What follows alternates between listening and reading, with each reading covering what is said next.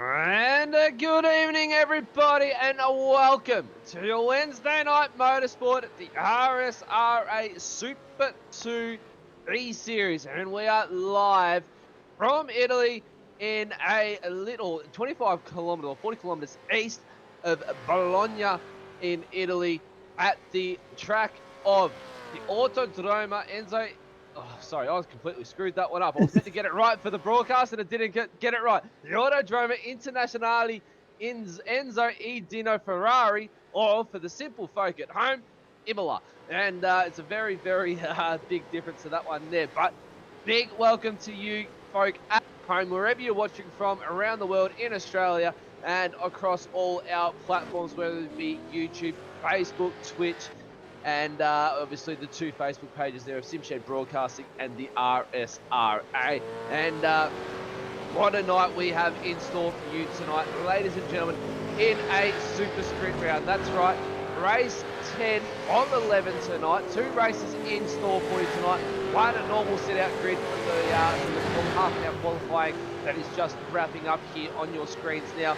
And then we head straight into a reverse grid race. And what better place to do it than around the road surface of Imola, and it's going to be an action-packed one tonight. Matt Davis, Dean Reddit joining you tonight, my new offsider and pad one. And Dean, thank you very much for joining me in the booth. How are you tonight? Thanks very much, Matty. Yeah, I'm going really well. Good evening to everyone that's tuning into this one at home and potentially down the track. But, you know, I've got a good feeling about this one tonight, Matty. Super sprint round never disappoints. Super sprints definitely don't disappoint, mate. And it's round 9, 12, and only 3 more races to go, including this one tonight. Or should I say 3 more rounds? It's going to be another 4 races to go from memory for the rest of the season. It's starting to really heat up in the championship now. Jamie Davis with a nice, comfortable lead. We'll get those points up on screen straight away as well, ladies and gentlemen, while we talk about Jamie Davis, who is our current championship leader, and a nice, comfortable lead as well there as well, Dean. Nearly 100 points over Robbie Bradbury from the Century Motorsports team, and Simon Bella in hot pursuit there in 3rd position. We know Simon Bella is starting to turn it on and really find his rhythm at the moment. He's the fastest qualifier out on track too. A bit of getting into the dying stages now, Dean.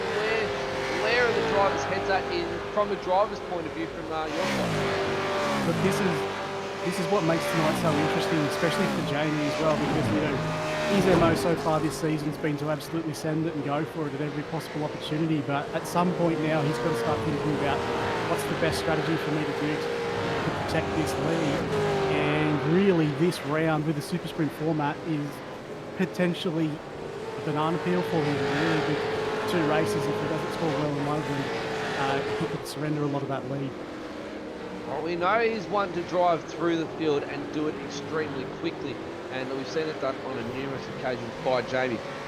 So I think the reverse grid racing is going to really suit that man on your screen right there, ladies and gentlemen, that's for sure.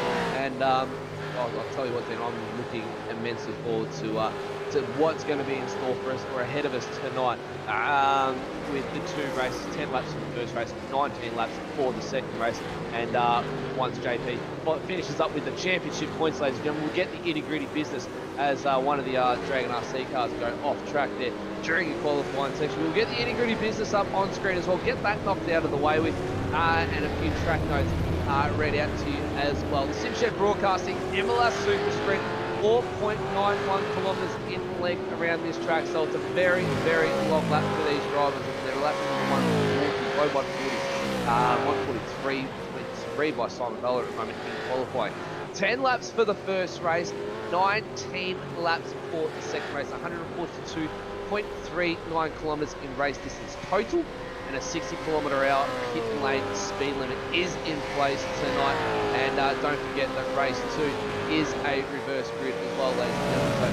So a little bit of extra time for those leading drivers in the first race to try and fight their way through the field, navigate the difficulty of Imola, as well as dealing with drivers that they usually wouldn't be battling with either. So it's a little bit of a learning curve for them as well.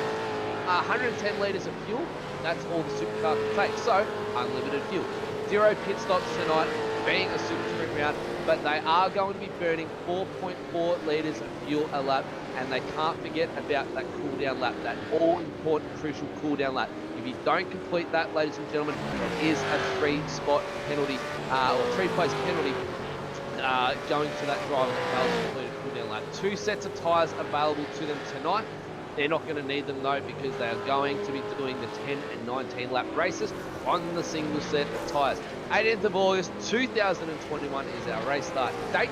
Our time is 22:07 in the evening, and a little bit behind for us, but nevertheless, it's good to be here on the Wednesday Night Motorsport, no doubt. 22 degrees out in the air tonight, and today the drivers out on track, and 39 degrees track temperature. So she's going to be a little bit warm out on track, Dino. That's one thing to get to you on that one. 8 kilometres in the southwesterly direction is your wind as well. So not going to be playing too much havoc with these guys, but tyre's going to be a big one on a hot track, Dino.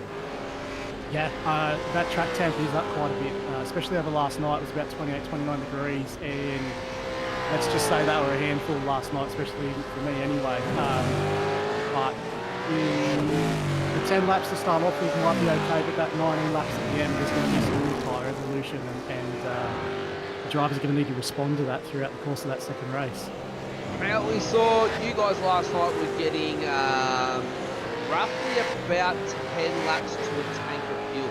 I can't remember exactly what fuel restrictions you guys had last night, but we saw you guys coming in around the lap 11, and we saw one Dylan Rudd stretch it right out to 13 laps with a bit of fuel saving in the mix there, and no doubt he would have been able to fuel save because he's an expert of this track for the Tuesday Night Motorsports. The car is off in qualifying, and that's the 052 of Stefan Lawrence as well, ladies and gentlemen. So he's going to try and get that back to the pits and all fixed up for the race, and hopefully not cop a penalty or a pit lane start for failing to get back to the pits to get that fixed. And that's another one, ladies and gentlemen, another rule within the RSRA Super 2 and Super Series is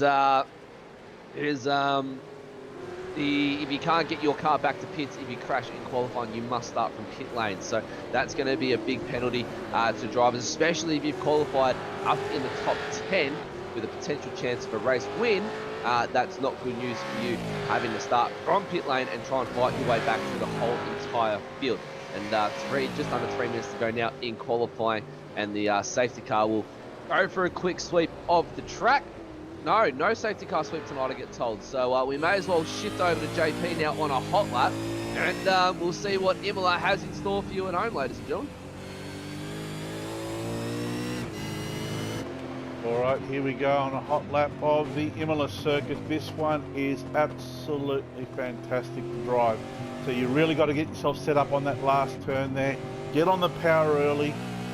Make sure that you get all of the revs, that you don't bounce the car on the rev limiter.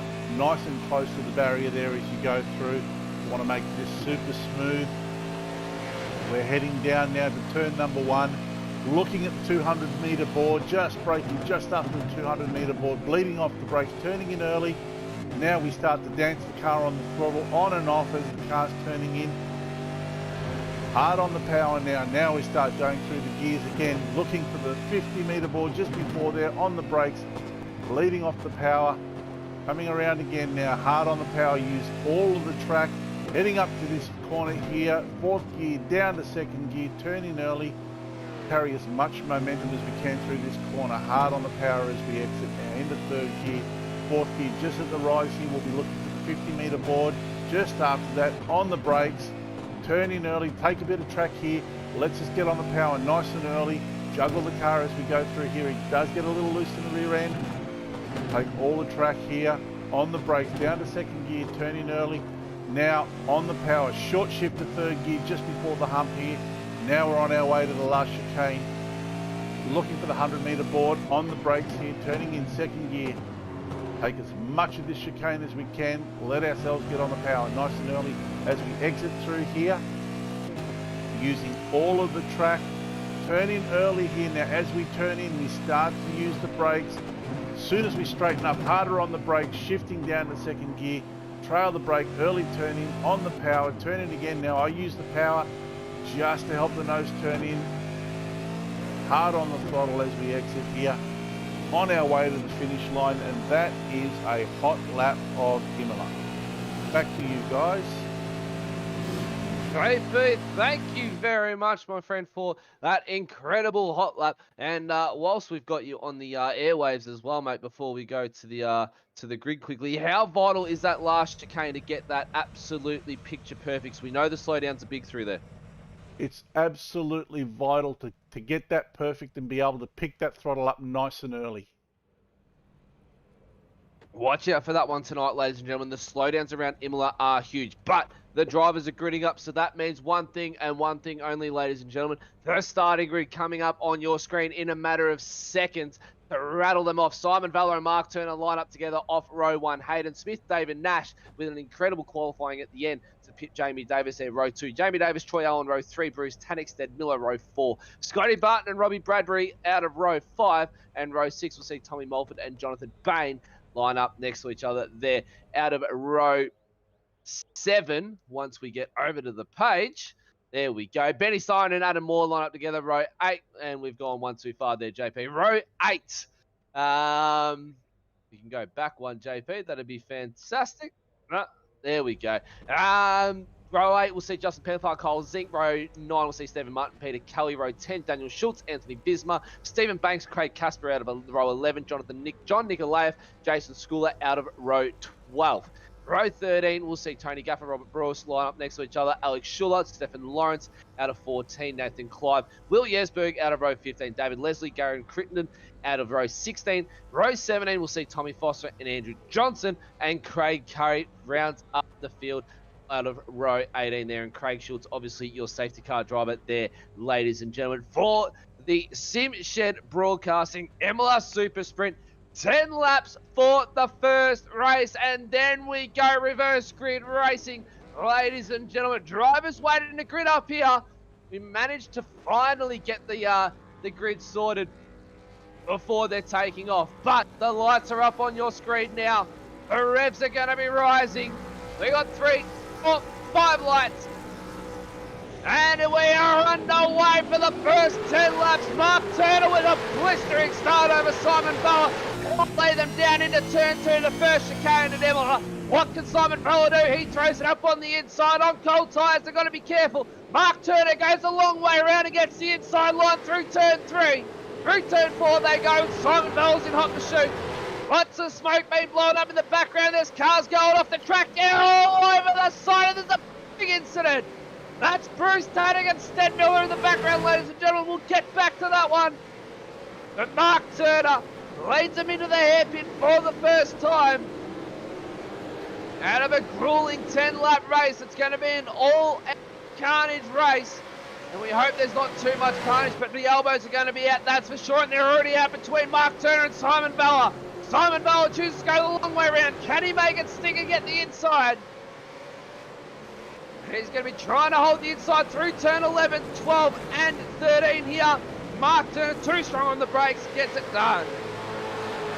Watch out for this battle, ladies and gentlemen, because these two are going to be hot. They're going to be hot on the bill to try and get the race win. That's all about points in this Super Sprint format. You back the most points in the first race, get the most points in the second race, you're going to be taking out the overall round win. Simon Bella going to be having another look up the inside of Mark Turner. Not quite far enough. Oh, Mark Turner goes defensive into the final 2 corners. Can Simon Bella get a run here? He has a look up the inside and dives it up the inside. Mark Turner plays it safe. That now promotes Hayden Smith into a battle. There's a car sideways. That's Troy Allen behind Jamie Davis there. We've got a 3-way battle for the lead now. Lap 1 in the books. Let's start lap 2. What a great move there by Simon Bella, coming down into the second to last corner. He just showed the nose and Mark Turner a bit and went defensive, and he set him up for the exit there at the last turn. Excellent driving there by Simon Bella to force the move on Mark Turner and do the over and under, and he made that work absolutely flawlessly. And maybe Mark Turner might just play a little bit safe here, follow Simon Bella for a couple laps, just get the group. But what an opening lap so far, Dean, and we'll see if we can get a Goodyear Auto Kia Orana replay of that incident coming out of turn 4 on lap 1, and 954 is just going past the screen there. And we've just had confirmation there from Will Yersberg. Unfortunately, he's had an incident issue already, and unfortunately he has retired from the race. So he's going to be out of race 1 and race 2, unfortunately, and that's a bit sad to see for Will Yersberg. But Dean, talk us through this incident right here, mate. We're just on board with Bruce Tannick here into turn 1, and we get hung up on the curb here. Well, exit turn 3, so he's just gone off the track there and he's kept the foot in to try and rejoin and just come over there a bit on the car, obviously. But look, it's tough with the sprint races. You've got to keep it. You can lose a lot of positions there on the opening lap, and Bruce's sake, I'm sure he just wanted to try and minimise the losses of positions there, but he's collected someone in doing so. An unfortunate rejoin there, and sorry to throw you on the spot, mate. It is your teammate that we had to talk about there, but looks like he just had a bit of a bad rejoin there and just too much traffic trying to come through the racing line there. And one of the hardest spots to rejoin as well. We saw Cam Jones. Safety car out, ladies and gentlemen. We didn't hear that call on our radios, and race control didn't give us the message on that one. I'm sure it's going to pop up on screen now, but safety car is out. Craig Schultz in the safety car and going to be picking up Simon Bella, our current race leader, and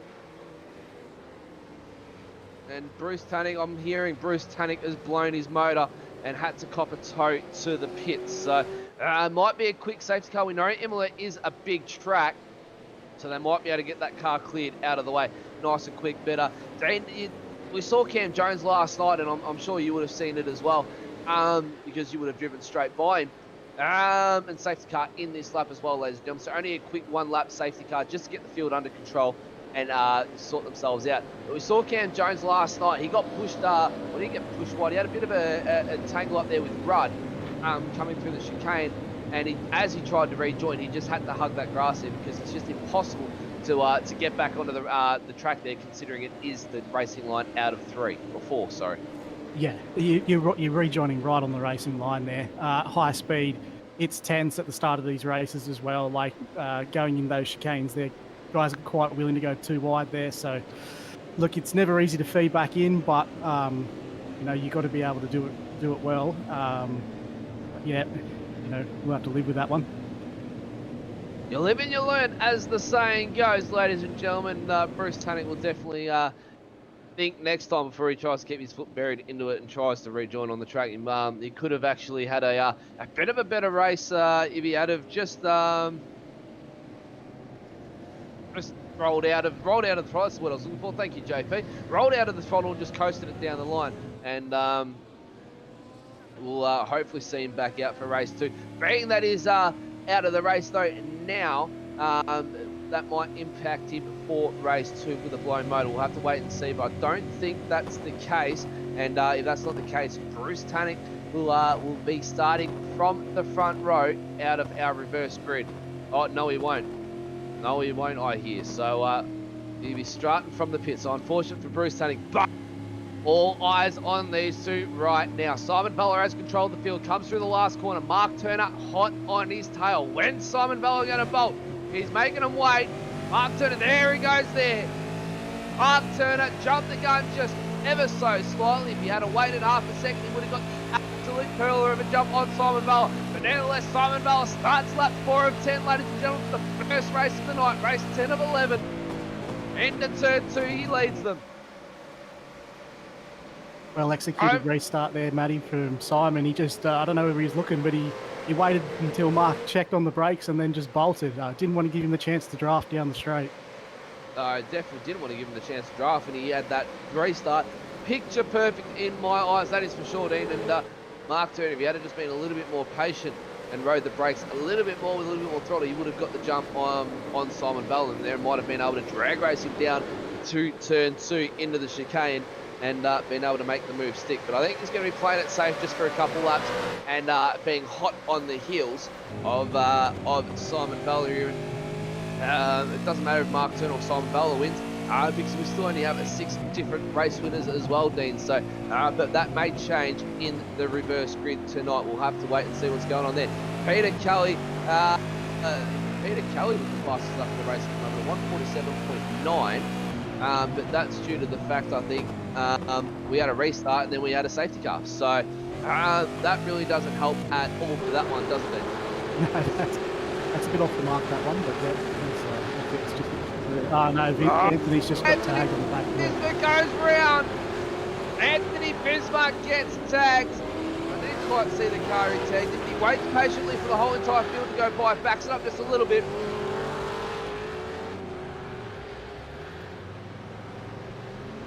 Goodyear Auto Camera Run and Replay, ladies and gentlemen. Dan Schultz on the outside. Schultz around the outside of Bismarck, gets up on the inside, and just you can't go too wide through those chicanes at all, can you? No, that's the second part of that chicane is incredibly difficult, especially this time around. You can barely take any of the curb. It just unsettles the car too much, so try and get too wide there through there successfully. Big incident! Big incident through the chicane. This car's cut the field. One of the SimShed Broadcasting cars off. That's Gary Crittenden. Gary Crittenden has gone round, and I believe, and Nathan Clive as well. So I believe there's Nathan Clive on your screen right now, Iridium Sim Sports. What happens here? He just gets checked. He's coming a little bit too hot, and the whole entire field in front of him was checking up, and Gary Crittenden just has to cop that one from behind and get spun around. And unfortunately, he's lost out on quite a few positions. Nathan Clive tried to do the right thing, hold up for him, but unfortunately, he's going to be copping a penalty for that one, no doubt. I think that's a pretty clear one, Dean. Yeah, I think he got caught. Oh, Hayden Smith gets right up on the curb there. He just got caught out there a little bit with Crittenden being a bit cautious with the cars in front of him, I think. Easy enough to do. Got Smith under pressure here from Davis. This is what I'm interested to see, is how much is Jamie Davis willing to send it. Oh, Jamie Davis has a lock up, allows Troy Allen up the inside, and then Hayden Smith runs wide. Now how about that? Troy Allen gets 2 for the price of 1. Jamie Davis moves up, or stays where he was. And Troy Allen capitalises. Simon Bella goes to 1:43.78 to take the fastest lap of the race so far. And he is currently 0.7 of a second quicker than Mark Turner. So Simon Bella is going to be skipping away. Car 420. Drive through for misuse of comms. And unfortunately, we've seen that number quite a few times, ladies and gentlemen. That's Gary Crittenden with a trip to pit lane, unfortunately. And race control's not going lightly on that misuse of comms at all, Dean. No, and under pressure, it's very easy to do. You just need to keep your head. Remember what the code is, so to speak, to refer it into race control. But, just unfortunate. Gary is, new guy to the series, so everyone learns in time. They do learn in time, and car 64 at the moment. That's Daniel Schultz under immense pressure at the moment by the looks of it. From Adam Moore. And just behind Adam Moore is Tony Gaffer, Jason Scale and Rob Brower, and he's under big pressure there. But car 35, that's Robbie Bradbury He's currently second in the championship, and he's got Jonathan Payne all over him. Chief Stewart of race control on a Tuesday night. And this man can wheel. We know he's good with clean races and picking off positions ever so slowly. Can he get Robbie Bradbury to take 7th position? Stay on board with that battle. Car 4-1-2.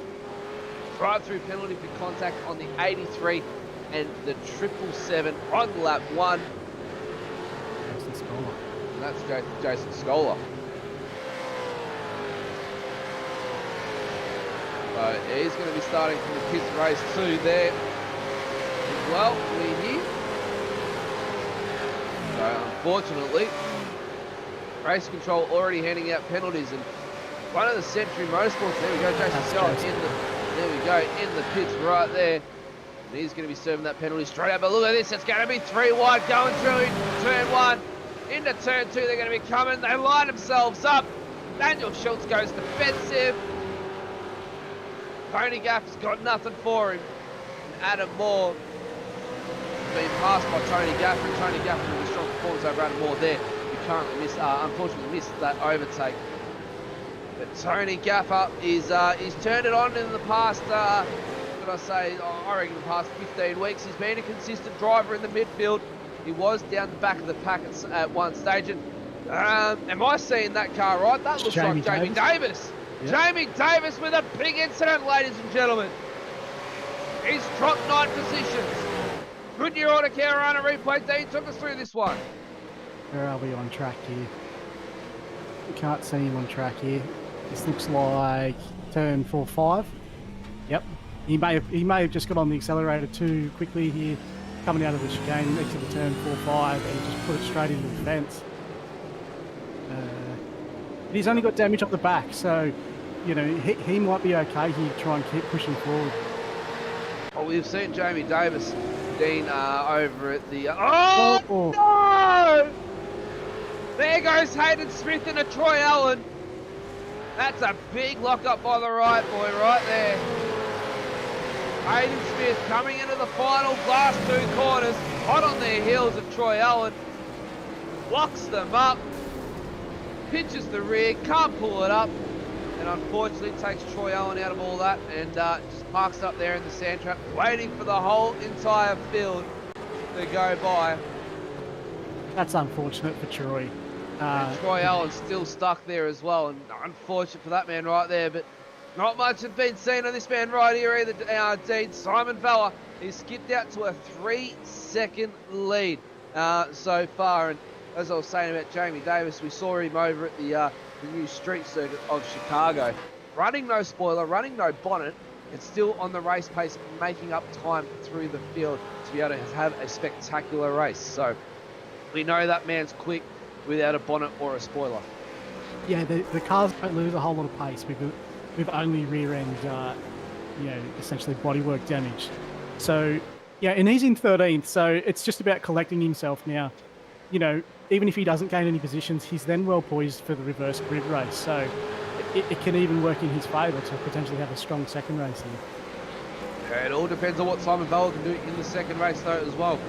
We know Simon Vella can come up through the field just as fast as what Jamie Davis does as well, ladies and gentlemen. So Jamie Davis has got his work cut out for him now to make his way back from 13th position, the unlucky 13, and find himself back inside the top 10. He's got his work cut out for him, and he's only got 2 laps to do it. Lap 8 of 10, ladies and gentlemen. These laps are flying by, and that's what we love about the Super Sprint round.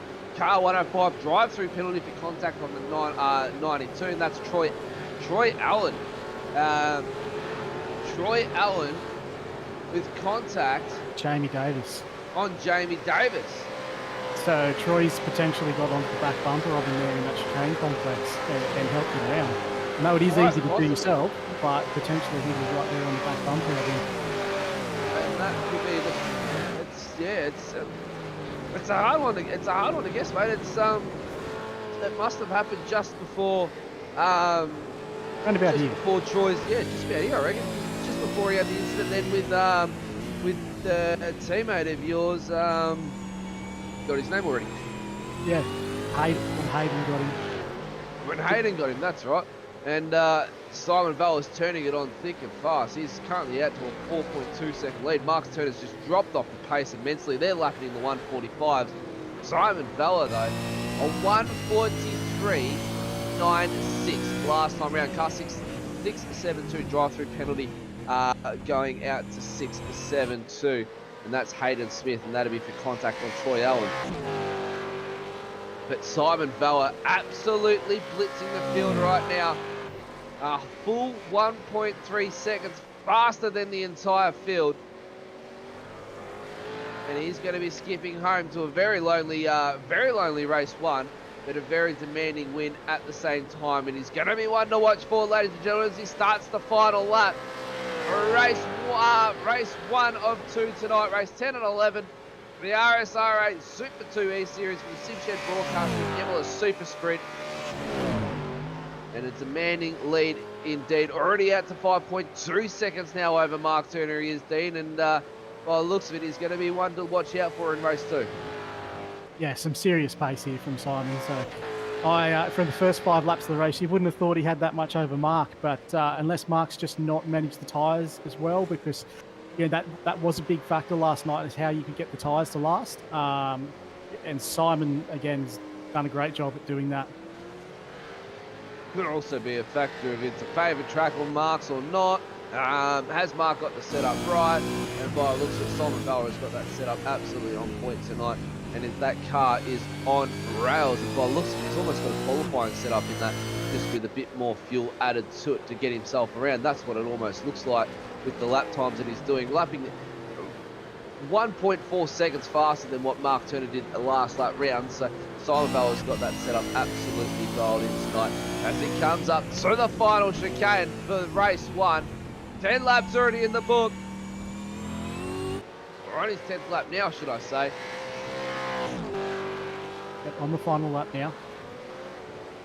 He's going to be coming across the finish line to take the checkered flag for race one. And to start dead last, or not dead last, he's going to have a few drivers starting from, or he will be dead last, but by the time he goes across the start-finish line, ladies and gentlemen, he will be in front of a couple drivers who are starting from pit lane for race two. But Simon Vella comes across to take the checkered flag for race one, and he is our victor. So it's going to be the one to watch for race two. With the Century Motorsport team in the Ford Mustang. We know he's quick. Mark Turner in second, David Nash in third, Robbie Bradbury and Jonathan Bain rounding out your top 5 there. Then we go back to Timmy Melton, Benny Soren, Cole Zink, Justin Pennyfather, Stephen Martin, and just got a worse night for Jamie Davis. He's dropped an extra 2 positions, coming home in 15th. So race one is a little bit worse for Jamie than what he was expecting. But all eyes on this man right here from Century Motorsports, Simon Vella. He'll be joining us in the booth very, very shortly for a post-race chat, a very brief post-race chat. And he has an excellent race too, and is able to take out the round win. Will be joining us in the final post-race interviews. And that one will be coming up after our next race of 19 laps. And that one, Dean, is going to be the one to watch. Everybody reversing things up. And Simon Vella going to try and go from the back to the front of the field and gain as many points as he can. Yeah, it's going to be an interesting race. And I'm curious to find out from Simon here whether he actually did do a bit of tyre saving there at the start, because I bet $11 here in the second race that you can't just go full tilt in this second race, because you just chew the front tyres out. And moving down into this section of the track now, when we come down the downhill braking zones, it becomes a real handful late in the race, late in the set of tyres. It's so easy to pinch the front brakes and essentially just plough into the cars in front of you. So it'd be interesting to see whether he did any tyre saving there, Matty, or if that's part of his strategy for the next race, just saving it up and then going hard at the end. I think it could be a mixture of, let's see how hard I can throw this car around and see how quick I can burn these tyres up to get a little bit of an insight to what race two is going to be like. And look at that, ladies and gentlemen. The top 10 dominated by Fords again. And Holden, unfortunately, outnumbered 4-6 on that one. They've only got to get one more Holden up there and it'd be an even split, and I'd be happy to see that. But unfortunately, the FORDs are dominating the Super 2 E-Series, that's for sure. Simon Vella, Mark Turner, David Nash, Robbie Bradbury, Jonathan Bain, Timmy Mulford, Betty Siren, Cole Zink, Justin Pennefather, and then Stephen Martin rounding out your top 10. Daniel Schultz, Tony Gaffer, Adam Moore, Robert Brewer, Jamie Davis, unfortunately finishing 15th. Alex Schuler, Scotty Barton, John Nikolaev, Peter Kelly, and Tommy Foster rounding out your top 20 there. Then we head over to Anthony Vismo, who was able to make up a few positions after his spin early on in the race. Stead Miller, Stephen Lawrence, Andrew Johnson, Jason Schooler, Hayden Smith, Craig Casper, Dave Leslie, Nathan Clive, and Craig Gurry rounding out your top 30 there. And then we go back to Stephen Banks, Gary Critton, and Troy Allen. And then our retirements of the race, Bruce Tannick and Will Yesberg. And we've got Dean, our top 3 coming into the commentary booth with us now. And that one, or those 3 would be Simon Vell, Mark Turner, and David Nash, ladies and gentlemen. And Nashy, you joined us last week, the top step. You found yourself on the bottom step now of the podium for race 1. What's this going to mean for you for race 2? Ahead of these 2 guys in front of me. And what's going to be the plan of attack, mate? It's going to be defensive against Turner and Vella, or is it going to be full steam ahead and try and make up as many positions as you can? Always play defensive, but won't do the same repeat like I did at Laguna Seca. We remember that one well, that's for sure, mate. Mate, a very quick one. Going to be tonight between the races tonight. Unfortunately, we can't stick around and chat for too long. Temperature out on track. It was up very high. Dean was saying the tyres are going to be one to watch for. Is that going to be one to watch for in race 2? Oh, I didn't really feel the tyres go off too much, so it's just concentration for 19 laps. That's all it is. 19 laps on the standard set, mate, and you'll be used to that after doing a double stint throughout the rest of the season from the past 7 rounds, or 8 rounds, should I say. You'll be used to the double stints. Well, mate, we'll let you head off, get some practice in, and Godspeed for the second race, mate. You're sitting in 3rd position at the moment for the overall, and hopefully you can make up some good positions and make enough points to get the overall over Simon Vella. All good. Thanks, gents. Moving on to Mark Turner now, ladies and gentlemen. And we saw him take the lead early on and try and storm away from Simon Vella, but too strong by Simon Vella in the final corners and just got that over and under done. Mark, congratulations on P2 for race 1, mate. Looking forward to race 2? Yeah, I've got the pace of the Simon. I have to get myself a coach.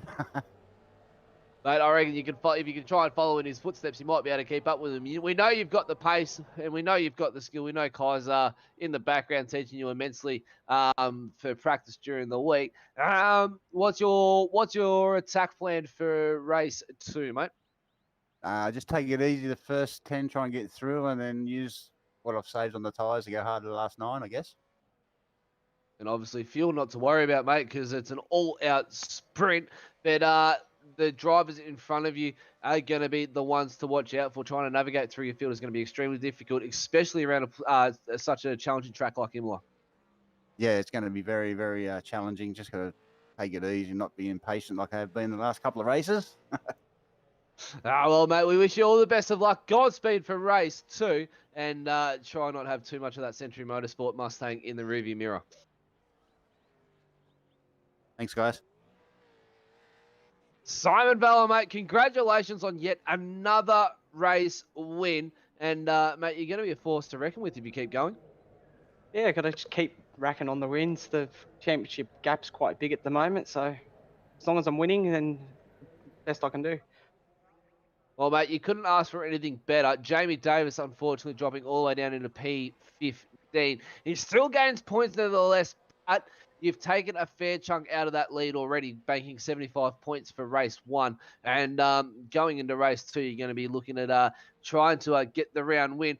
What's the plan of attack, mate? Is it going to be just follow the leaders through and pick them off one by one, come towards the end of the race, or is it going to be an all-out sprint for you like you did just then? Just try and be clean, leave as much room on the opening lap. You know, I'm sure there's going to be a few little accidents here and there, and hopefully get through the first 2 laps and then see where we're at, and then try and take them one by one. All right, we obviously being out the front, you missed the big incident that happened on the first lap through the first chicane. One to avoid, no doubt.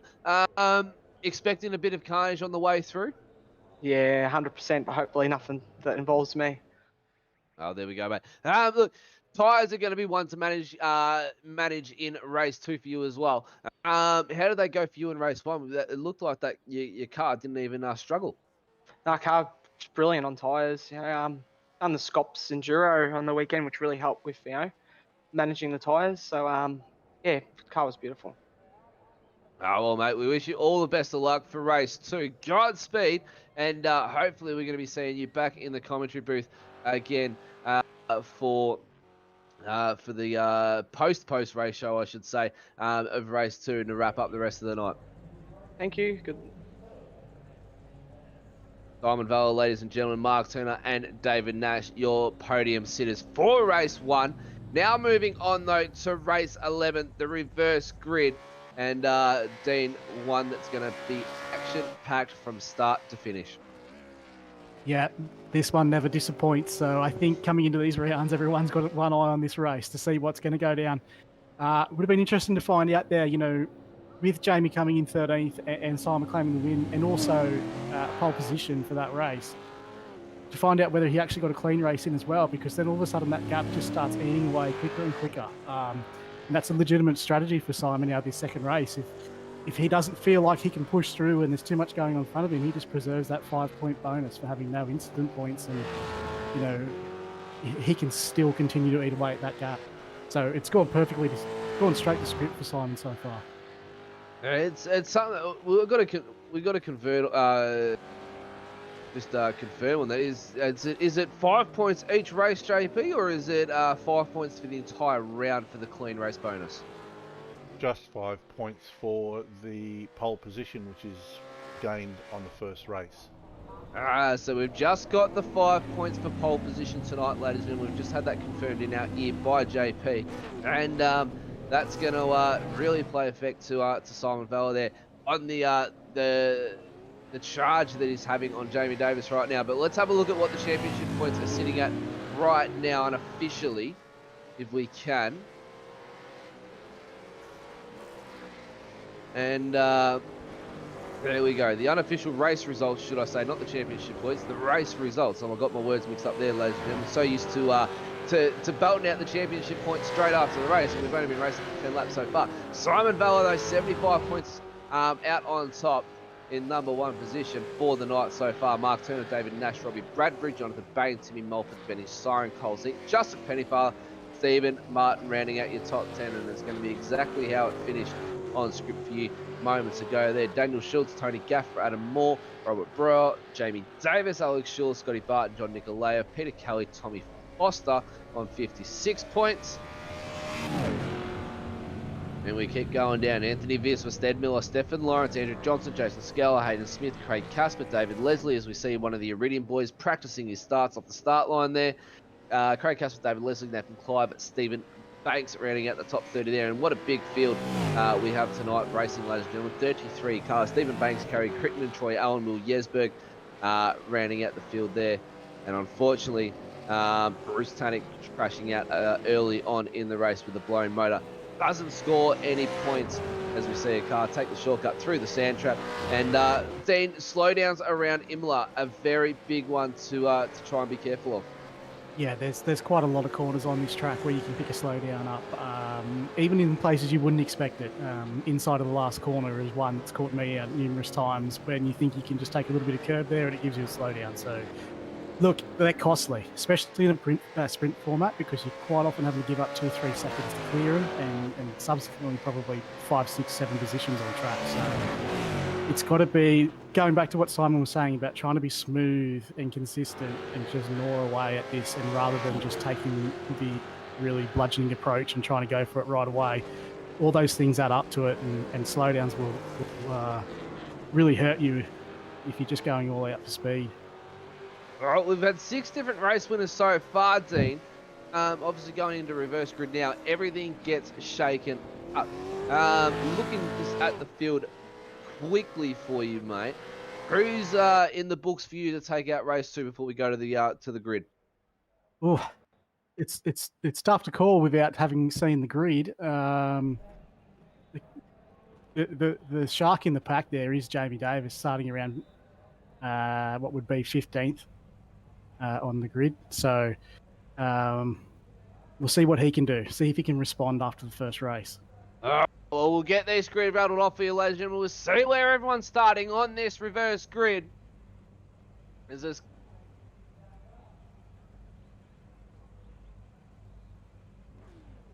We'll bring up the grid. There's going to be a couple starting from pit lane. We'll let you know those ones, ladies and gentlemen. Will Jesberg, Craig Schultz. We'll see you start off the row 1. Then you've got Bruce Tannick, Troy Owen. Bruce Tannick will see pit lane.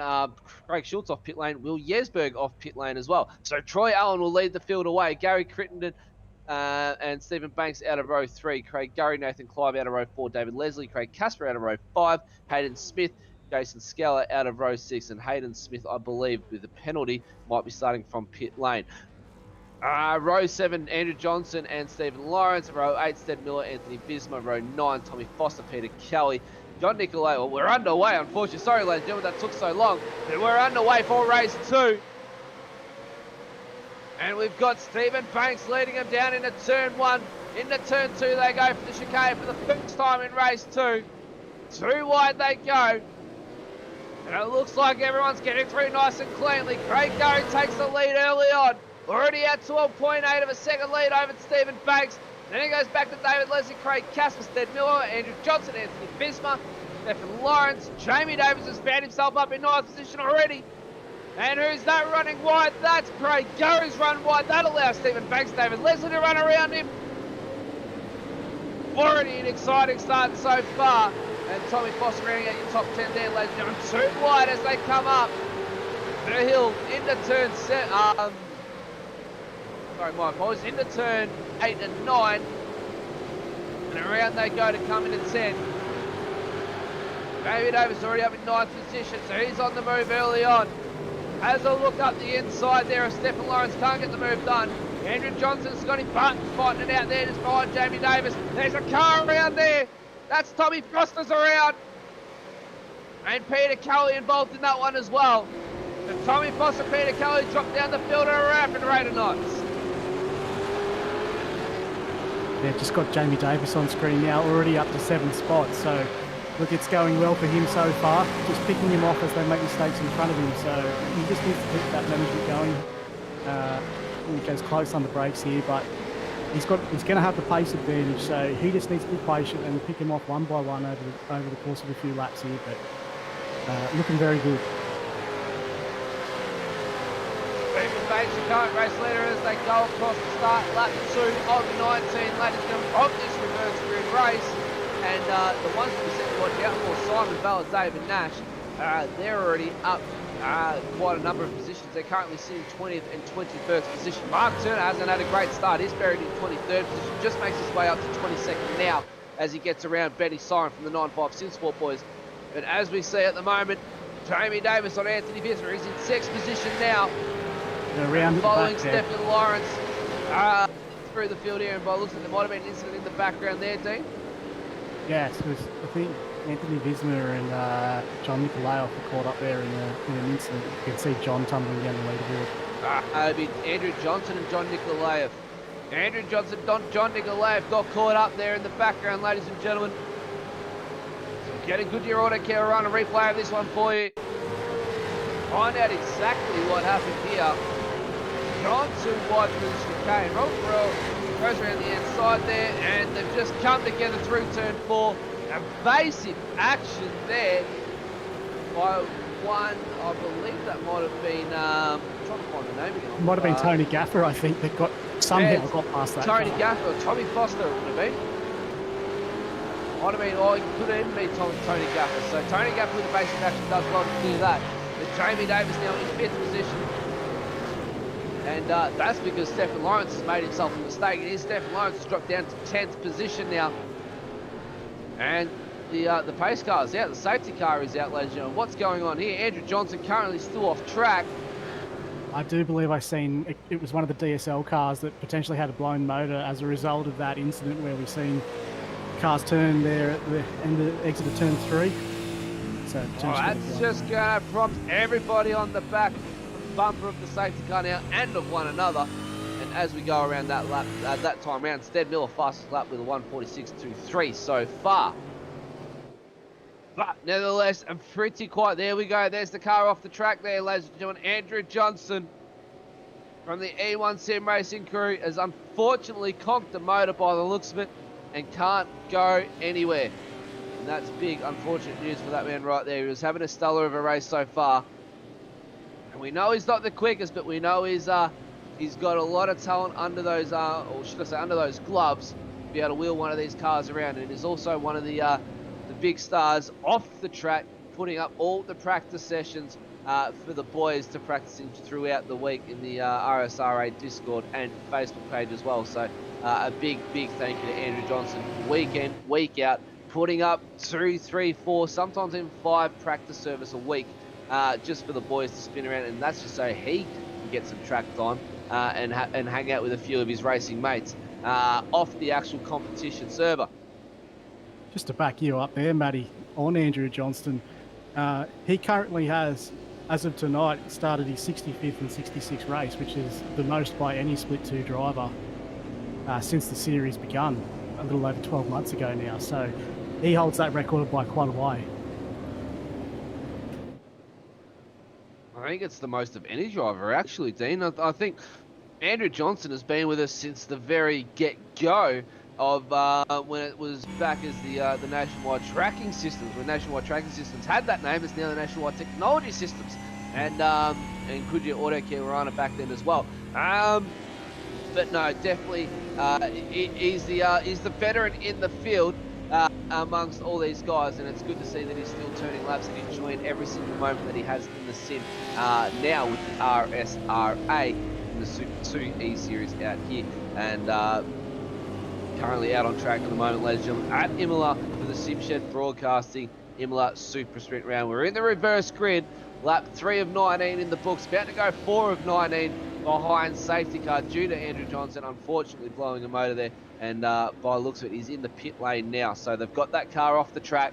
So look out for the safety car to come in this lap. No doubt Race Control will put up a message for us all as the cars are still coming around to catch up with the safety car.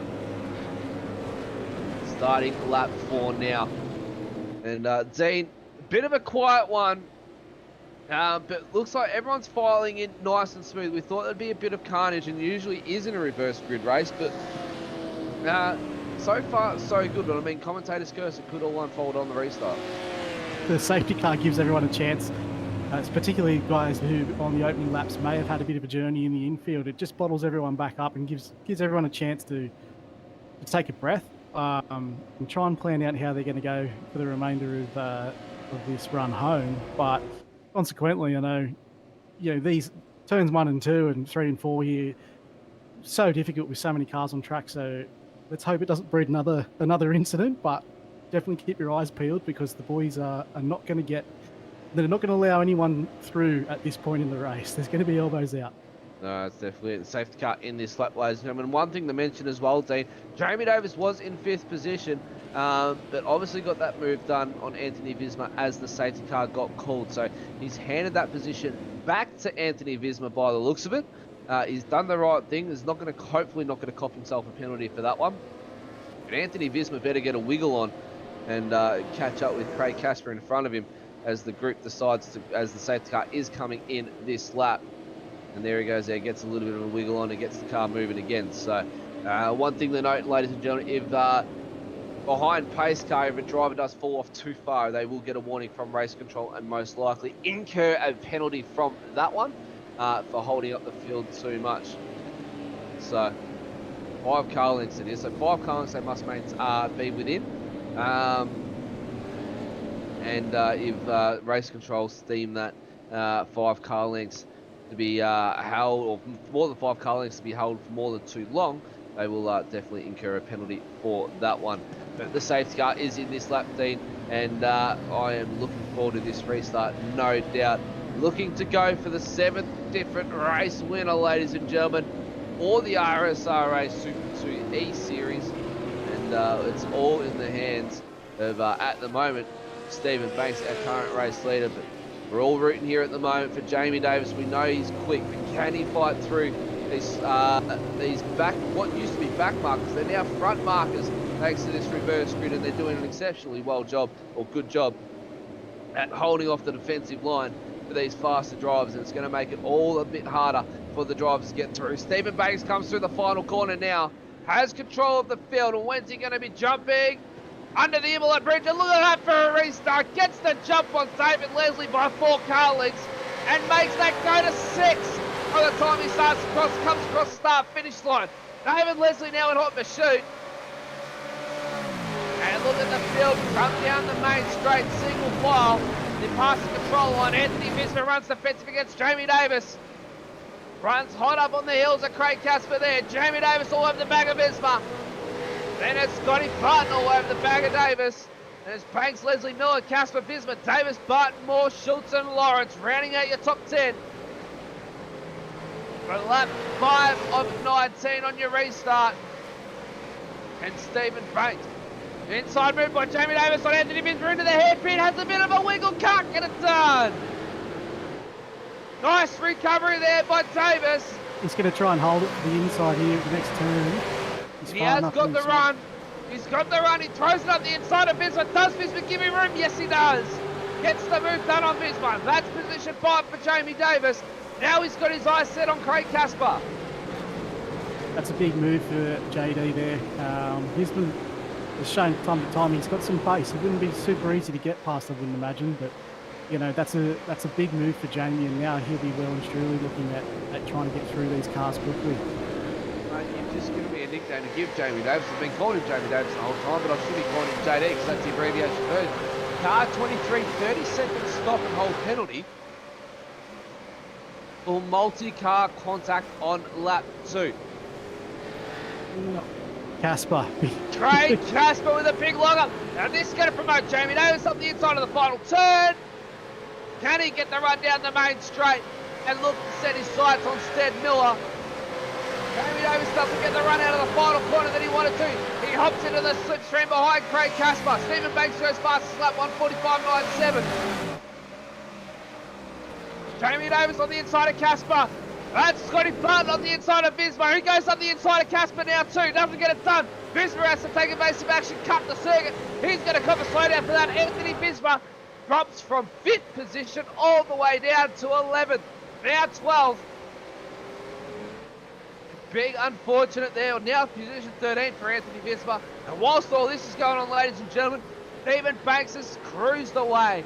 Car 123 drive-through penalty for car contact on the 105. So that's Bruce Tannock on, I believe, Troy Allen. Yep, that's correct. That's Bruce Tannock and Troy Allen. Jamie Davis now on the inside of David Leslie, my apologies. Gets the move done nice and clean. Craig Casper's going to be wanting to see to go around David Leslie as well. Tries the over and under, not going to get it done. But JD now on site set on Stead Miller. And Stephen Banks with a comfortable lead so far of 2 seconds over Stead Miller there. He's out to a nice comfortable lead. Lap 6 of 19, ladies and gentlemen. Look at this. It's a big freight train from 5th position all the way down to, or should I say 4th position, the whole way down to 23rd position. So that is one long freight train there, ladies and gentlemen. We haven't seen anything like that. And, oh no, car 6 drive-through penalty for passing under safety car. So that's Anthony Visma. So perhaps it was the other way around, Matty. Might have been the other way around. Yeah, we thought Jamie handed it back, but perhaps Anthony got by under the safety car. And at the moment, ladies and gentlemen, you see Simon Butler on your screen. He's now in 26th position with big damage. And oh no! They've gone 3 wide, they've banked paddles. Who have we got? What's going to happen here? Jumping paddles, grinding, jumping over curves, getting swapped by cars, and I believe that was Daniel Schultz. Craig Casper's in the DSL car. So Craig Casper gets bumped around like a pinball, and he's seen himself drop down to 9th position now. Jamie Davis now as well, ladies and gentlemen, on the back bumper of Stead Miller. Big slide there, but one of the 9.5 boys gets it a little bit tailing going up the mountain there, on the side of the hill. And look at this, it's a 3-way battle now for the lead. Stead Miller has found the pace. Stephen Banks has dropped off immensely. And Stead Miller is now on the back bumper of Stephen Banks. Jamie Davis is now on the back bumper of Stead Miller. So we've got a three-way battle for the lead. Lap 7 of 19, ladies and gentlemen. And Dean, this is exactly what we came here to see. Yep, this has given us the reverse grid that we all were wanting. We've got... Oh, no, good recovery! It is to save it. 2 wide through the chicane. How did that one work out? Oh, I don't know. He just did so well to gather that instead of coming back across track, because that could have been 5-6 cars into the side of him there. But I don't know. Was that Stefan Lawrence or Stefan Lawrence? Stefan Lawrence. Done well there, because that could have been a big wreck. That was on cards for a big wreck right there, mate. And he's done very, very well to recover that one. And Simon Vella currently in 24th position now. Unfortunately, just has too much damage on the Century Motorsport entry there. He's missing quite a few panels. And I don't think he's going to be able to recover on this race. Mark Turner, David Nash, though, position 13 for Nash and position 15 for Mark Turner. So this is going to be interesting. If they stay where they are and Jamie Davis stays where they are, we might have a stalemate for the round win. We'll have to wait and see what happens on here. It's only lap 8 of 19 though, ladies and gentlemen. There's still plenty of more moves to be done. Jamie Davis fastest lap of the race at 1:44.76 as he gets around Stead Miller, goes up on the inside to turn 9 and 10. Gets the move done nice and clean. That promotes him in the second position. He's got his eyes set on Stephen Banks now. And oh no, who's that on the inside of the hairpin? Hayden Smith on. That's Hayden Smith on the inside of the hairpin. He's had a bit of a moment there. There's moments going left, on left, right, and centre, and that big 20-car field that we had going for position 5 has now broken up into 2 big battle packs. We've got Leslie Moore, Schultz, and Brewer battling it out for position 5 there. And then for the top 10, we've got Casper Gaffin, Nash, Martin Turner, Zeke Schuler, and Benny Siren. Then Peter Kelly comes into the mix now. Robbie Bradbury not too far off that battle pack there. So a couple of big battle packs need to keep an eye on for the rest of the race. Yeah, there's a few forming here. I'm actually interested to see how Scotty Barton can go here. He's been a guy that's qualified quite well throughout the season, but he's always just come unstuck somewhere late in the race. And now he finds himself in 4th. Bit of a gap to chase down, but he could potentially get himself on the podium here, potentially for the first time, I believe, in this season.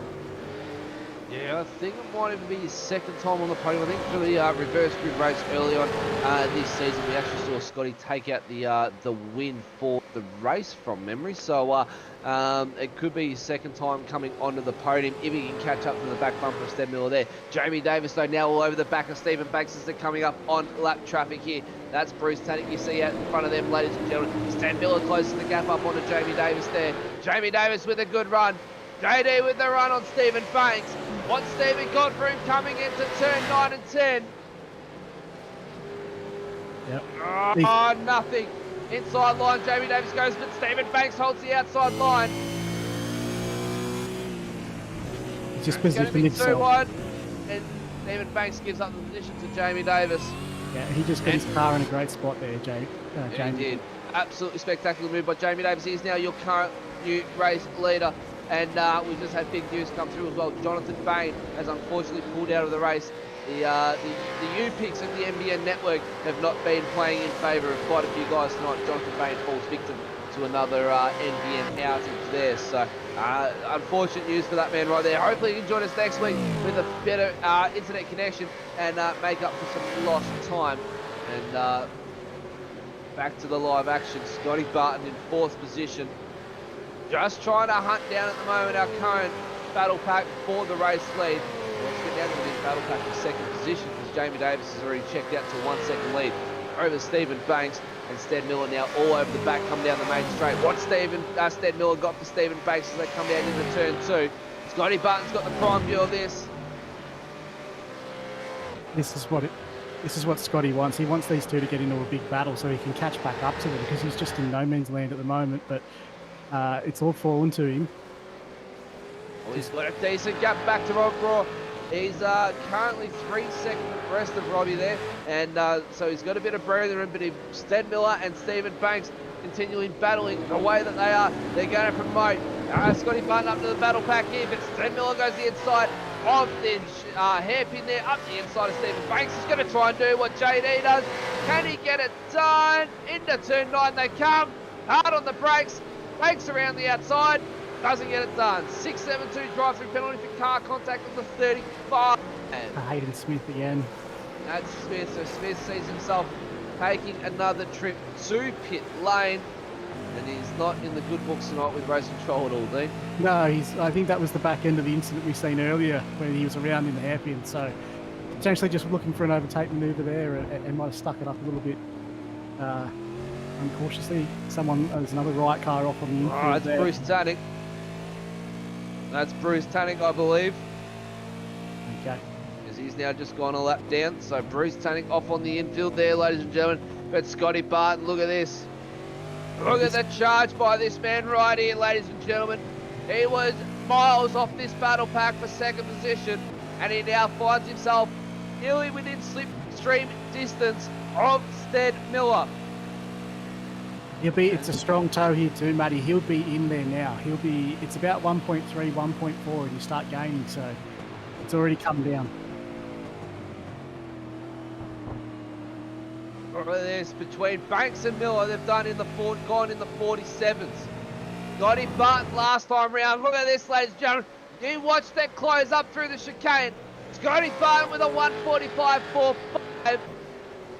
His best is a 145.39, and he's now got himself on the back of his battle pack for second position. And Scotty Barton could find himself in second by the end of this. A lap 11 and 19. JD has sent himself into the next stratosphere, a 5-second lead already over Banks and Miller. And it goes back to Barton, Brewer, Pennefather, Schultz, Turner, Moore, and Tony Gaffer rounds out your top 10. Scotty Barton just playing it safe, holding back from these guys because he doesn't know what's going to happen. These guys have been battling out for 5 laps now, 4 laps to be precise. Yeah, he's sizing them up for a move down the front straight, I get the feeling, and that's not a bad call because these two are going to go at it every corner here, so if they compromise each other, they could just be there for the taking down the main straight, and I believe that's what he's trying to set them up for here. Well, they've got to be careful, Banks and Miller here, because they compromise themselves too much with this battle going on. They could give Barton a 2-for-1 deal in a matter of corners, and we're about to see what's going to happen here. Barton's within the toe of Miller here, but he's not going to be able to make it. He's not going to be able to make any ground on him due to Miller with the toe off Banks. But he's ever so slightly. He won't be able to have a dive. He does tuck the nose out, gets a breath of fresh air into the bonnet of that V8 supercar. Lets the motor cool down just a little bit. And look at this. He's got the hot seat to watch Miller and Banks go at it like crazy. Corner after corner, they're going for it. Yeah, he's all right. He's not doing too badly here, so he just needs to make sure he keeps hitting those apex as well. He's missed a couple, which will probably cost him. Oh, it's a big lock up on both of them. Scotty Barton dives up the inside of Miller. He's got Miller. Miller gives him a bit of a nudge. Sends him sideways. And Miller's gone off. Miller's gone off after the contact with Scotty Barton. So that gives Barton third position. He's got himself on the podium. And now he sets his eyes on Banks. Now it's up to him to get second. Yeah, that's what we're talking about. Him waiting and taking advantage of when the mistake came. I think he's done all right here. It was almost part of that mistake thanks to Sted Miller. It was a very, very lucky goal. Up the inside he goes of Miller. Miller just sends himself around. Tags the back of Scotty Barton and Scott, one very, very lucky man right there. I'm so relieved for Scotty that it's actually gone his way and he's been able to hold on to it because that's not been the tale of the season for him so far. So, he's pushed up to third and see whether he can make short work of Stephen. But that was very lucky. Unlucky for Stead. He had some good pace there tonight. He could have battled out for the podium as well. Well, Simon battling out for the podium was to battle out for the current round win as well right now. Dean, we've got Simon Vela's found himself up to 12th position now. Mark Turner's in 6th. David Nash has crashed all the way down into 21st position, and his race looks to be, or round looks to be done for almost. And it's all up to Jamie Davis here, but I think he's lost out on the round win there. But look at this, ladies and gentlemen. Scotty Barton has got himself on the back now of Stephen Banks. Give him the S's to start with there, jeez. Stephen. And Mark Turner currently sitting in 6th position. There he is in the background, just there behind that battle pack of Pennyfather and Brewer. And this could be a potential round win for Mark Turner if he can make up just a couple more spots. Lap 13 of 19, ladies and gentlemen. And he's got Robert Brewer from the E1 Sim Racing crew in front of him. Then he's got Pennyfather from the Iridium Sim Sports in front of Rob. So he's got 2 cars to get round to find himself chasing down Scotty Barton for a podium. And with 5-6 laps to go, Dean, is it possible? To chase down for the podium? Yeah, maybe not, but I was just looking at the drive-through penalty that come through. 9-1-1, that's David Nash. So I think Wright's leading the drive-through penalty award tonight. I think if there was a trophy for the most drive-through penalties in a single race, I think Wright's going to be taking it out tonight, that's for sure. Oh, there's a Robert Brow, big flash from Robert Brow, and hopefully he does not fall victim to an NBN either. And this is going to promote Mark Turner up the inside of Rob. Into turn 1, into turn 2 they come now, and Rob just pulls out nice and gently and allows Mark Turner to go by. Mark Turner just goes fastest lap of the race too, ladies and gentlemen, that time round, a 1:44.72. And that's 4/100ths quicker than what Jamie Davis is doing.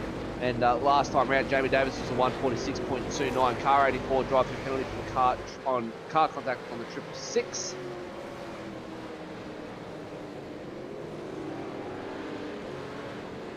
Well, we'll say Mark, he's now up 30 positions, so that's an outstanding drive. That is a very outstanding drive.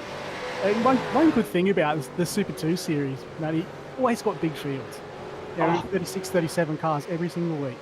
And it provides the racing week in, week out. These guys are really showing that they've got the talent to go mix it up with the Series boys on a Tuesday night motorsport, ladies and gentlemen. Don't forget to tune in next week for 8:20 p.m. Australian Eastern Standard Time for the Super Series race, and Zach Kamen and hopefully the Spirit of Tasmania, Chris Kisby, will be leading that one. If not, JP and myself will no doubt jump in and give the man Zach Kamen a hand on Tuesday night. But Mark Turner is currently lapping 2 seconds quicker than the people in front of him, so he's already almost on the back bumper of Scotty Barton there. You can see him in the background there as he gets onto the picture. So Scotty Barton's got to get a move on Stephen Banks here. Stephen Banks with a horrible run out of the final corner. Scotty Barton with a good run. He's in the slipstream. He's in the toe. He's under a tenth of a second now. Coming into turn 1. He's going to put himself on the outside to take the inside for the 3rd corner. Can he get it done? 959 drive-through for car contact on the 462. Around the outside of Banks he goes, and Scotty Barton gets it done. Fights back a little bit, and Scotty Barton finds himself in 2nd position with a hot Stephen Banks on his tail. Stephen Banks is going to try and make amends. Can he get it done? No, he can't. And drops back just a little bit too far, and that promotes Mark Turner now onto the back of the bumper of Banks. Pennyfather's going to follow Turner as well to it. Turner with a big dive up into the hairpin. And in a matter of corner, oh no! Banks into the side of Turner, and that promotes Pennyfather now in a 3rd position. What's happened there? I'm not sure whether that was one of the cars coming across, or they just forgot that they were side by side. It just looked like they just tripped over each other. Oh, I think that was a forgetful side by side. I think Dean, talk us through it. Yeah, so it's been going pretty well up until this point, with the guys have been racing too wide previously. But Mark's gone pretty good, solid manoeuvre there into the inside. Got to the apex. It's all happened here on the corner exit. So it looks like at this point that Banks knows that he's there. But He'll be able to see the nose. He can see the nose. He's got the position, and I think, Mark's trying to stick to the racing line. So Banks has come in. Mark's coming across, and they've come together. Yep. Turner, by the looks of it, was coming across. a little bit too wide and trying to close Banks out. Banks was coming in on a Turner, and I think that Turner's going to be might be an incident on Turner there, not giving enough, allowing enough racing room for Banks to get back on track. So it's a little bit of awareness there, ladies and gentlemen. Simon Vella in 9th position. He's made himself up 27 positions now with only 3 laps to go. He's battling out now with Daniel Schultz. Gets the move on Schultz into turn 2. Into turn 3 they come. 588 drive through for contact on the 420. So that's Craig Casper on Gary Crittenden. Oh. And on! Oh, speaking of Gary Crittenden, around he goes! Was there no damage there to Simon's car? I'm not sure. That's a bit Simon's? I bet Gary... We'll have to get a good Euro Carolina replay of that one, I think, Damon. Gary Crittenden's still off track. I think Gary Crittenden's race might be done and the safety car may be called.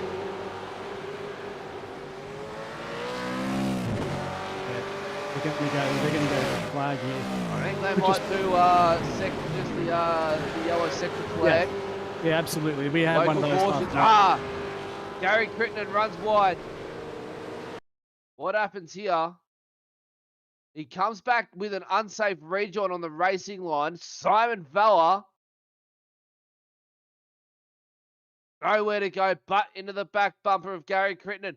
What's race control going to do of this? What is race control do of this? Simon Vella in 8th position with 2 laps to go now as Jamie Davis starts lap 17 of 19, ladies and gentlemen. And this could mean the end of the race and the round win for Simon Vella. That's one to watch. We'll get that to you as soon as we get news on it, ladies and gentlemen. It'll be up on your screen, no doubt. Looks like there's been a mistake from Scotty Barton here late in the race as well, as he's got from second to third. And now he's under pressure. With a mistake. Or is Justin Pennefather just been able to catch him and Mark Turner be able to catch back up? Yeah, I think after the previous incident, Scotty was out to a 10-second lead over the third-place car, so I think he must have gone around somewhere at some point, unless my timing was just out. I think it was a 10-second lead back to from Jamie behind Jamie Davis. I think because Jamie Davis only currently 11.2 in front of Justin Pennefather there. And I was going to say JP, but we've got JP in the broadcast booth, our director tonight, so that's going to sound a little bit weird. Justin Pennefather though. I think was just able to give the pace to Scotty Barton, and Scotty Barton just is coming back this late in the race. Just does not have the pace, and unfortunately that's showing right now as he drops into 4th position. Allows Mark Turner to get into 3rd. Justin Pennefather in 2nd. And I think this is going to be Pennefather's second podium, I believe, for the season. There's still 2 laps to go.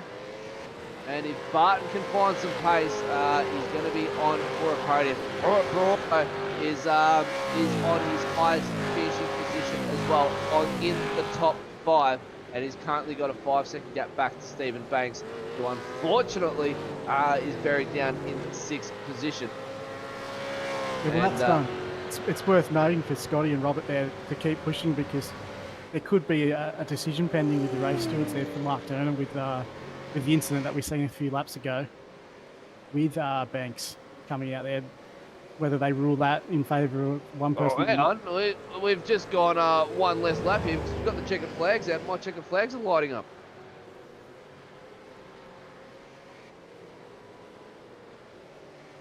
We've gone time certain, ladies and gentlemen. So between all this, all the action that's been going on out on track, ladies and gentlemen, we've gone time certain for the race. And we've just been completely oblivious to it. And your man on screen right there, Jamie Davis, takes out the race win. Goes Jamie Davis, Justin Pennefather, Mark Turner, Scotty Barton, Robert Broad, Stephen Banks, Simon Vella, Tony Gaffett, Daniel Schultz, Kyle Zink and Robbie Bradbury. Kyle Zink rounding out your top 10 and Robbie Bradbury not too far behind him. That was a nice drag race to the finish between Schultz, Zink, Bradbury, Miller and Schooler there. But I believe with the finishing position that Mark Turner's in compared to where Simon Vella is, I think that's pretty certain, Dean, that Mark Turner is our round winner for the night. We'll have to wait for the points to be tallied up by JP.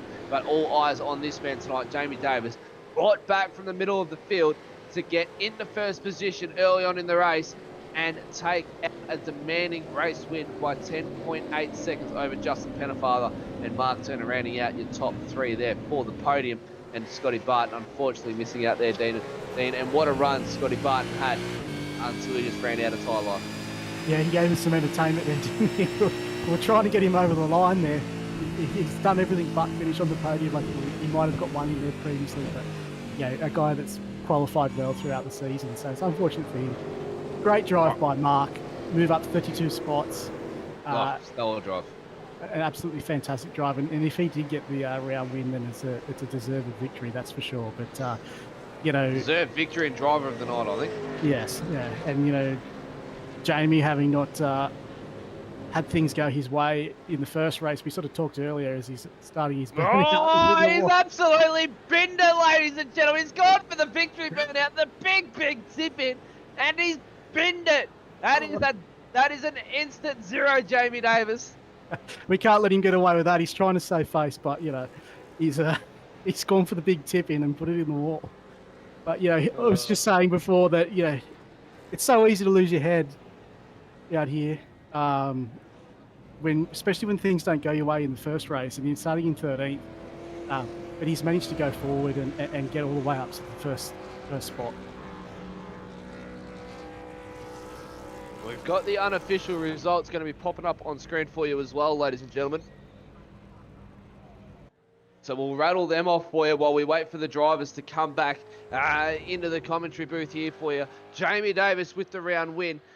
Justin Pennefather, not the round win, my apologies, the race win. And I'm trying to read the list here, and it's a bit of a long day for me over here in Victoria. Justin Pennefather takes out second position, Mark Turner in third for race 2. Then it goes back to Scotty Barton, Robert Brewer, Stephen Banks, Simon Bella, Tony Gaff, Daniel Schultz, and Kyle Zink. And special shout out to Rob there, Rob Brewer, for his highest finishing position in the RSRA Super 2 series as well. Robert Bradbury, Robbie Bradbury, Stead Miller, Jason Schooler, Stephen Martin, Stephen Lawrence, Alex Schuler, Peter Kelly, Tommy Foster, Anthony Bismarck, and Nathan Clive, rounding out your top 20 there. We go over to 21st position. That's Benny Siren sitting there, Adam Moore, David Leslie, David Nash, Troy Allen, Timmy Mulford, Craig Gurry, Craig Casper, John Nikolaev, and Bruce Tannick, rounding out your top 10 there, top 30. And unfortunately, only 26 cars finishing on the lead lap. And Gary Critton and Hayden Smith, Jonathan Bain, Andrew Johnson, Will Yesberg, and Jonathan Bain with unfortunate internet connections there early on in the night, and Andrew Johnson crashing out early on as well. Dean, while we wait for the drivers to come in and finalise themselves in formation here in the commentary booth, just get a few comments on you from about the race and your driver of the night. Look, yeah, it's a super sprint. It's hard to get your head around exactly how much and process how much you actually witnessed. We'll go driver of the race too then. Yeah, I think Mark's drive there in the second race was pretty good. So I'll probably give him the driver of the race, even though Jamie did control the race really well. But Mark, he spoke about being willing to sort of sit back there at the start of the race, and we did see him sort of let the other cars go in front. But then, when it mattered, he was there right at the finish to take advantage of a few mistakes of the cars in front of him. So a fantastic second race for him there. Well, I guess patience is a virtue, and the patience definitely paid out for Mark Turner there. And we've got Jamie Davis and Justin Pennefather currently sitting in the booth, just waiting on Mark Turner to join us so we can get a post-race interview underway there. And see if JP can throw up a message to get Mark Turner across here ASAP so we get these post-race interviews underway. Considering, let's just start with with Jamie Davis. Well, here he is now. He's finally joining us in the booth now, and the latecomer's going to get the straight off the bat, first off the mark interview. Obviously, finishing up in third position with a drive of 32 positions tonight, ladies and gentlemen, Mark Turner. Congratulations, mate, on third position. Mate, you said after race 1, you're just going to play it patient, and patient you did. Yeah, when I seen Simon go, oh, this looks good. Mate, your thoughts throughout the race? You saw Nash go away. You saw Simon go away with a bit of damage, and after that, what was the thoughts running through your head, mate? Just take it easy, and then sort of your adrenaline gets carried away, and you just want to overtake everything anyway. But I tried to take it easy. Right, yeah. Coming into the hairpin there, then it sort of all came together for you towards the end of the race. So you had Stephen Banks come together with Stead Miller, and then you had Scotty Barton with some tyres falling away, and that sort of just granted you a podium position. Yeah, it sort of just fell into my hands. I didn't think that was going to happen, but that's what I hoped. Those last 9 laps, everyone was going to be start racing. Yeah, racing on old tyres as well. It's going to be hard. How did they hold up throughout the race? We know they would have been getting a little bit hot and tired by the end of it. Yeah, 1 or 2 good laps, and then that's about it at the end there. Keep doing it every lap. Well, mate, stick around because we'll get a couple more questions fired away with you a bit later on in the post-race show, and we'll move over to Justin Penafile now from the Iridium SimSport crew over there. He's on standby for us, mate. Congratulations on second position, and I believe it's your second podium, or was it your teammate that was up in here previously early on in the season? I know we've both had a podium each. So Oh, yes, there we go. Well, yeah, congratulations on Adam- your second Adam had a podium, mate, and second position. Thank you very much. No, it was a great race. Good fun. Mate, it's sort of came together for you as well towards the end with all the incidences happening up in front of you. Yeah, I just tried to keep my nose clean the whole race, and because I wasn't really expecting too much, and yeah, just sort of pick people off as they made a mistake or stepped off the track, and next minute you're up the front. Mate, 26 positions gained by you. You started down in 28th. Race 1, we didn't get to talk to you. Obviously, how did that one go for you? Yeah, started 15th and got moved up to 9th, which was I was fairly happy with, but yeah, sort of unsure what was going to happen in the second race. So 32 positions gained throughout the entire night, and so we've got the overall results now, JP. Thank you very much. 32 positions gained for the entire night between both races, mate. That's an outstanding effort on its own. Imola, a favourite track of yours and a lot of practice gone into it? yeah, I've always liked the track. Didn't get any practice until last night, so yeah, I wasn't expecting much at all. But yeah, I've always enjoyed driving on it. And obviously, reverse grid racing just throws it in the extra mix just a little bit more. Yeah, I think that kind of almost helped me out tonight. We've noticed the Iridium boys are tackling these reverse grid races head on. They seem to be a favourite of yours. Yeah, we've all at the Laguna race. The other boys most of them had a really good run, and I think a few of them struggled tonight. But yeah, generally at least a couple of us have gone pretty well. Almost. Stick around because we'll fire off a few more questions and get some sponsors from you as well as we move on to our race winner tonight, ladies and gentlemen. Jamie Davis with a new nickname from myself and Dean JD. And, mate, you had a commanding lead there of 10.8 seconds towards the end of the race. Talk us through it. Thank you for the nickname. Just not the starting position I wanted in that second race, but yeah, just made the most of some battles and stuff, and just picked me way through, and then saved the tyres for the end. Now, mate, we're all wondering up here in the commentary booth and sitting at home, what in the world happened to you in race 1? Just having a nice little battle with Troy there, and yeah, just unfortunately we just interlocked wheels and it sent me flying. We missed that one on the replay. Unfortunately, we just copped the back end of it and saw you coming back out on track with some big damage, no spoiler, and a little bit of graze down the side of the auto serve entry. So, finishing down in 15th position for you. What was the game plan leading into race 2? Knowing you had a lot of work cut out for you. Just patience was going to be key in that race, especially at the track that's tough to pass, and just try and steer clear of all the incidents. All right, and once you obviously got out to the lead, it was a nice, quiet night in the office for you. Tyres looked after this time? Yeah, just worked hard on looking after the tyres and just nursing the car to the end. All right, stick around, mate, because we'll get some more questions fired away at you while we bring up some official results or unofficial results, whichever one JP is going to throw up for us. Race 1 and 2 combined. This one is going to be, I am told.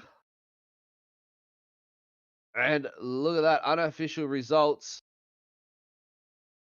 That's for the round, the unofficial for the round. Mark Turner leads abreast by 2 points over Simon Vella. Justin Pennefather in third position. Robbie Bradbury, Jamie Davis, Cole Zink, Robert Broad, Daniel Schultz, Tony Gaffer, Scotty Barton. So, Jamie, mate, you were able to fight your way back up to 5th position with that win in race 2 to bank yourself 136 points there. Stephen Martin, David Nash, Benny Siren, Alex Schuller, Timmy Mulford, Stead Miller, Adam Moore, Peter Kelly, Stephen Banks, and Jason Schooler rounding out your top 20 there, ladies and gentlemen. And Stephen Lawrence, Tommy Foster, Anthony Visma, John Nikolaev, Nathan Clive, David Leslie, Craig Casper, Craig Gurry, Hayden Smith, and Troy Allen rounding out your top 30 on 94 points there. And then we head back to Gary Critton and Bruce Tannick, Will Yesberg, Jonathan Bain, and Andrew Johnson. And then obviously the guys who couldn't make it tonight were Blair Van Ree, Darren Robb, and I missed that third driver there, ladies and gentlemen. But unofficially, Mark Turner takes the round win. And a stellar job with that one he has done. He was able to feed off David Nash and Simon Vella throughout the race, and unfortunate races for those two right there. But nevertheless, Mark, congratulations on the round win for that one. Thank you. Good drive, Simon and Justin. Bad luck there, Simon. And Justin Pennefather nabs himself a third position as well, ladies and gentlemen. So a fantastic race by that man right there from the Iridium Sim Sport guys. And I think we've sort of asked the main questions, but we've had Simon Vella join us in the booth, who's currently taking out second position. We'll get a few words from him about how his race was going. Mate, congratulations on second for the round. Bit of a hard-fought race for you, I see. Yeah, went better than I was expecting, I have to say. Care to elaborate on that one? There's just some cars going all over the place at times, and I thought the damage was going to be worse on the car when we ended up in the gravel trap, and then there was another car that went off at turn 1, and he just rejoined right in front of me, and we made contact, and I thought for sure the engine was going to be gone, but no, the car seemed all right. Mate, we did see that was Gary Crittenden was the driver involved with you there. Talk us through that one, mate, because we saw you gave him a fair old nudge in the back there and not much damage done to the car. We definitely thought there was going to be a penalty handed out, no doubt, but we didn't know who it was going to be directed at. So talk us through that one coming out of turn 1, 2, and 3, and 4. Oh, I cleared turn 2, and I had a car in front of me, which I was battling for position. I seen another car go across the gravel trap, and then as he's come on the road, I was blocked. My vision was blocked from the car in front of me, and I've gone just to take the normal racing line, and that car was like way out of it, and then I was either had to turn left, and I would have drilled him directly in behind and put him in the right-hand fence, or I had to go for the grass and try and get around him that way. And then, I just went to the right, and I thought I'd just cleared him, and then my spotter told me, "Oh, no, you actually hit him," and then I thought, "Oh, I'm probably going to get a penalty for that." Well, lucky enough, you didn't cop a penalty for that one. We'll have to see what happens in the post-race penalties, but I think it might have been a bit of an unsafe rejoin there by Gary Crittenden. And as Zach likes to say, myself and Dean Reddit, we're not ones to do race controls jobs for them. It's good to have a bit of an insight and like to throw a comment out, but unfortunately that's up to race controls discretion, I believe. But nevertheless, mate, you've taken out second position for the round, so congratulations on that one. We'll get some championship points up on your screen, ladies and gentlemen. And Simon, don't go too far away, mate, because there's going to be a few more questions fired off by Dean. And obviously there's a sponsor thanks as well towards the end of the day. But that's the screen that you're going to be wanting to see, ladies and gentlemen, especially one for Simon Vella, who's closed up the gap to Jamie Davis that little bit more. It was almost 100 points, and it's closed back down now to 80 points for Simon Vella to chase down the lead, and his teammate just in front of him by abreast by 10 points. Robbie Bradbury. Jamie Davis currently on the lead, though, 1,285 points. And trailing Robbie Bradbury, Simon Vella, Mark Turner, Adam Moore, Tony Gaffer, Stephen Martin, Cole Zink, Jonathan Bain, and Scotty Barton. And the three Century Motorsport boys up in the top 10 of the championships. And they're going to be pretty happy with that one, I must say. David Nash, Bruce Tannick, Alex Schuler, Justin Pennyfather, Daniel Schultz, Hayden Smith, Stead Miller, Benny Siren, Timmy Mulford, and Brian Good rounding out your top 20 there, ladies and gentlemen. And we'll let the rest of those filter on through. Dean Reddit, mate, you got any questions to fire off to JD, Justin Pennefather, Mark Turner, or Simon Vella themselves? Oh, look, yeah, may as well take the opportunity to have a bit of a chin wag with the boys. Congratulations, everyone, on a great race. It's the super sprints are always hectic. I'm sure you're all relieved to make it through relatively well after that one. But look, a few questions, I guess, for Mark. I'll start with Mark. Their third place, mate. We were talking before you joined us in the commentary booth, going up 32 positions for that second race. Things I sort of might have noticed there. I felt tyres were an issue last night, and you got the jump there in race one, and you were looking on pace, and then you just sort of fell back a little bit. Did you learn much about how to handle the tyres from race one to race two? Because you certainly had some pace at the back end of race two. Well, yeah, I knew they were going to be bad, so I just took it easy in the first start of the second race and just sort of followed Simon, just didn't let him get too far in front. And then, yeah, that sort of just fell into my place. So I didn't sort of learn anything from the first race because when Simon started pulling away, I just didn't want to fight the car and him. So I just consolidated second and hoped for the second race, which turned out good. Yeah, it was well managed, I think. Yeah, we didn't see a whole lot of you there for the second race, and then all of a sudden you just sort of come right across the screens there the last couple of laps. But mate, well done on a great second race and the round win.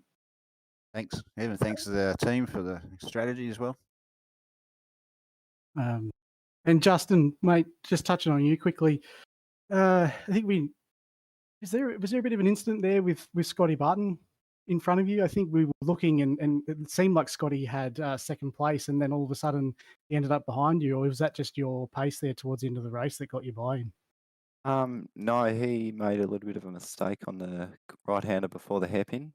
Sort of, I don't know if he So quite got you in the called it, gravel, Dean. but I managed to get just back underneath him. I knew that was basically my shot, especially with Mark sort of speeding up behind me. I was like, I need to get this spot. Yeah, you needed to go like a scalded rat.